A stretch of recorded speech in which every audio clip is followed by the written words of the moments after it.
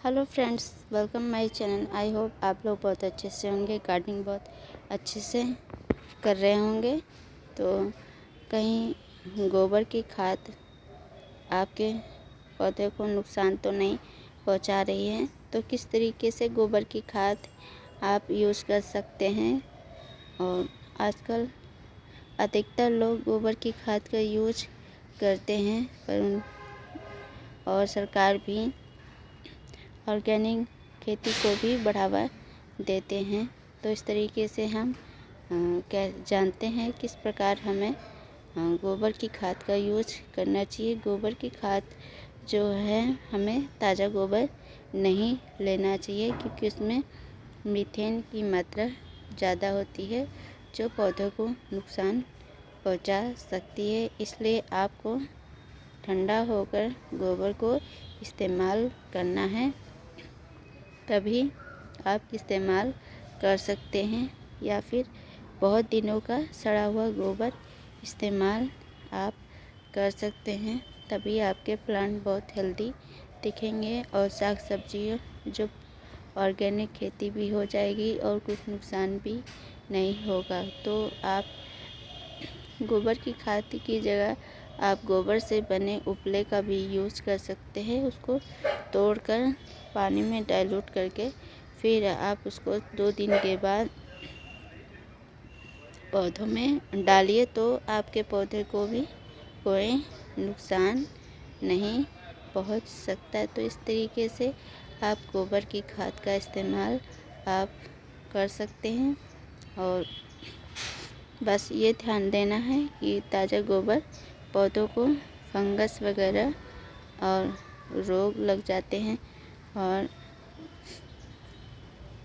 पौधे की जड़ें भी सड़ने लगेंगी और पौधा जल भी सकता है, क्योंकि उसमें मीथेन की मात्रा ज़्यादा होती है, जो पौधे को मार सकती है। तो इस तरीके से आप गोबर की खाद को सड़ा हुआ, कम से कम साल भर सड़ा हुआ पुरानी खाद इस्तेमाल कीजिए, या वर्मी कंपोस्ट आप इस्तेमाल कर सकते हैं। केचुए से बनी वही वर्मी कंपोस्ट खाद इस्तेमाल कीजिए, या प्याज की छिलकल, वेजिटेबल के छिलकल या फलों की छिलकल का यूज आप कर सकते हैं।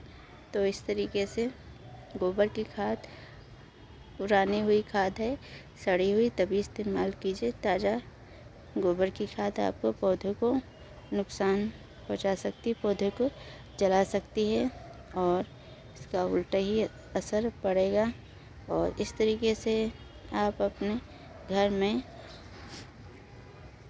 ऑर्गेनिक खेती कर सकते हैं, और फलों में और साग सब्जी और किसी भी प्लांट में आप सड़ी हुई गोबर की खाद आप दीजिए, तभी यह प्लांट को फ़ायदा रहेगा।